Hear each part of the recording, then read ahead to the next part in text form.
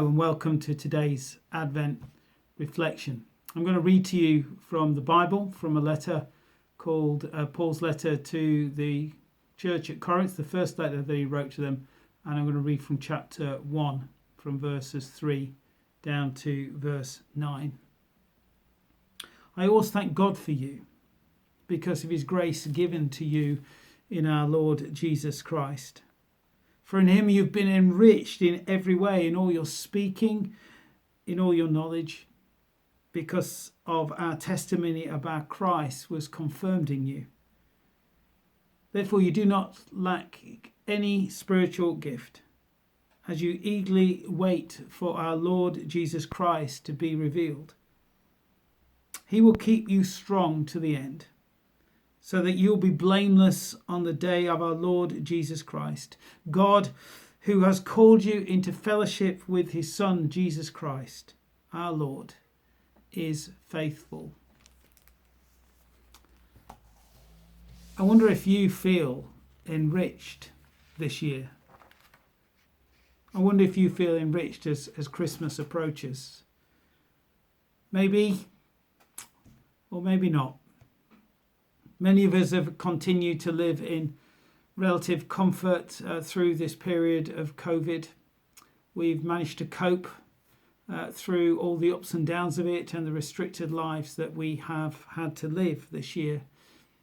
But for some of you, there will have been times of furlough and uncertainty about wages. You will not have felt enriched at different times of this year. The pressure of paying the mortgage or the rent and putting food on the table.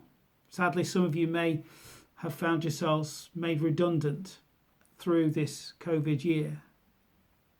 And for those who struggled before lockdown, who struggled with debt, who were ever having to use food banks, who found themselves in poverty and were just managing day to day or week by week, that many of them too have found themselves more poor as we approach this Christmas than they were at the Christmas before, as they've had to rely on the goodness of others to support them and maybe seen their debts mount up. But enrichment is not just about money, is it? It's about so many other things in life. And we have been enriched in some ways through this year. Perhaps you've got to know your neighbours better. Perhaps you've discovered new things about your area, or you've valued the little garden that you have.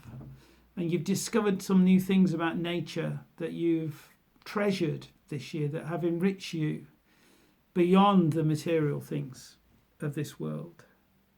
Richness too comes from friendships and holidays and great experiences that leaves really good memories in our lives.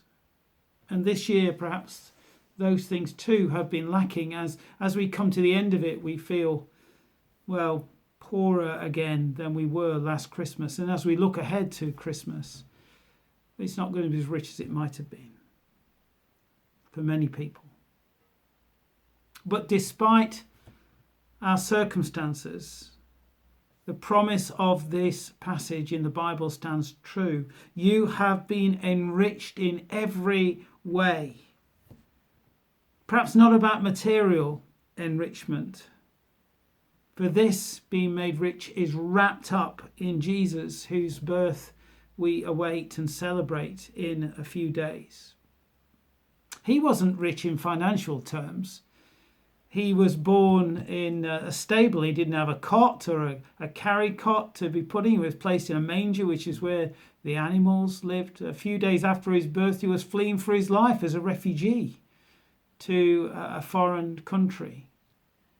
And later in his own life, he said that he had nowhere really to call home, nowhere to lay his head.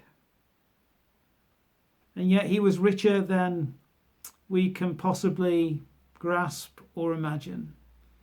He was rich because of his close relationship with God, his Father. And at Christmas, he comes to invite us into that richness, to know that God is closer than we think. And no matter what has happened to you through this year or in your life, God values you. and wants to enrich you. Enrich you with his love. Enrich you with his hope, and we need hope at this time. Enrich you with forgiveness. Enrich you with a good path of life to follow. You've been enriched in every way as you eagerly await the coming of our Lord Jesus.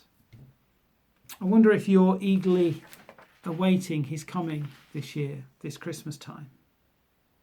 Are you waiting to receive this gift, which will enrich your life beyond anything else that you dream of and desire?